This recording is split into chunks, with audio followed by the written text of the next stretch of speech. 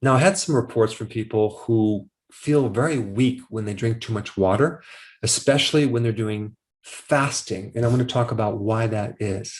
It's basically a deficiency of sodium. A person is going to feel very weak if they don't consume enough salt, and I recommend sea salt.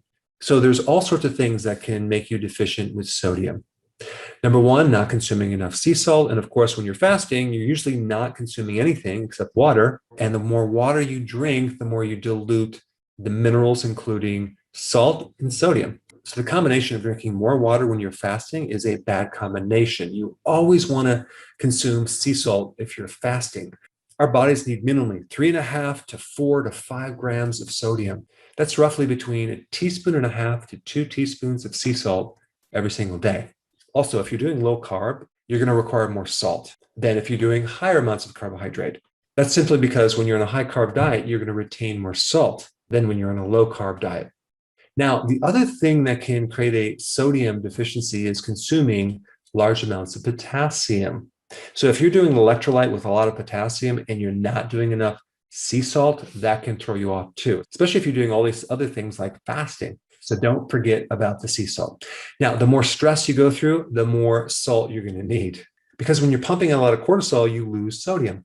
Salt is needed as a part of the stress response. Now, of course, if it's hot outside, it's summer, and you're sweating and you're exercising, you're definitely going to need more salt. And if you're on a diuretic or an antidepressant, you're going to need more sodium.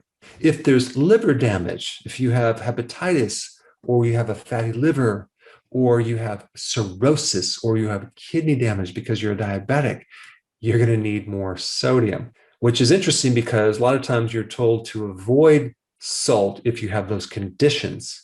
And lastly, you can lose salt if you have diarrhea or you're vomiting. So these are all factors to consider if you're feeling weak. You could be deficient in sodium. One quick way to find out is just to start consuming more salt and see if you feel stronger. So if you're enjoying my content, which I hope you are, and you're applying this knowledge to your health, and you have a success, I would really appreciate you sharing your success story so you can help inspire others.